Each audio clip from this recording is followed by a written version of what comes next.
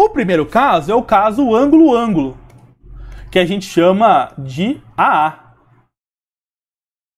O caso ângulo-ângulo é o seguinte.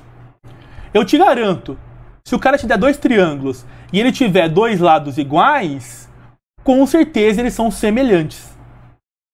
Como assim? Olha só.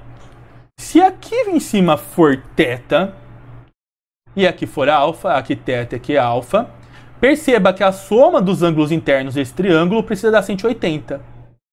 Desse daqui também. Ou seja, tendo dois ângulos iguais, isso vai te obrigar a ter um terceiro igual. Chamar de beta. Chamar de beta.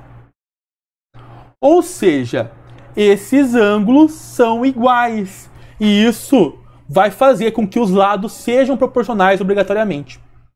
Então, se você olhar dois triângulos e eles tiverem dois ângulos iguais, significa que eles são semelhantes. E se eles são semelhantes, você pode usar a proporção. Qual que é a proporção? É o seguinte. O lado entre θ e 90 sobre o lado entre θ e 90 é igual o lado entre o θ e o alfa, né? Desculpa, entre o θ e o alfa, e aqui entre o beta e o alfa, que é 4, sobre entre o beta e o alfa, que é o 12. Eu posso fazer essa proporcionalidade, lembrando que precisam ser lados homólogos, os lados proporcionais entre si, que estão entre os mesmos ângulos. Bom, aqui ficou mole para nós, né? Porque olha só o que eu posso fazer. A dica é sempre simplifique, sempre que possível, né?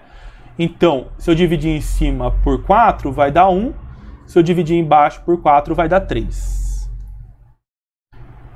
Se eu dividir aqui por 3, vai dar 9. E aqui vai dar 1. Lembrando que eu só posso simplificar em cima e embaixo, e em cima igual em cima e baixo igual embaixo, né? Então eu não posso simplificar cruzado nunca. Na igualdade não, tá? Beleza? Então eu posso simplificar o de baixo com o de cima, o de baixo com o de baixo e o de cima com o de cima. Se a igualdade estiver no meio. Se tiver um vezes no meio, não pode. Mas com a igualdade pode. Beleza? Então, o 9 passa multiplicando. 9 vezes 1 dá 9. Então, eu descobri o valor de x usando semelhança de triângulos. E perceba como isso faz sentido. Porque olha só. O 4 para o 12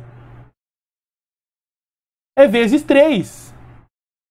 Ou seja, do x para o 18 também precisa ser vezes 3. E de fato, 9 vezes 3 dá 18. Ou seja, um dos casos de semelhança é o caso ângulo-ângulo.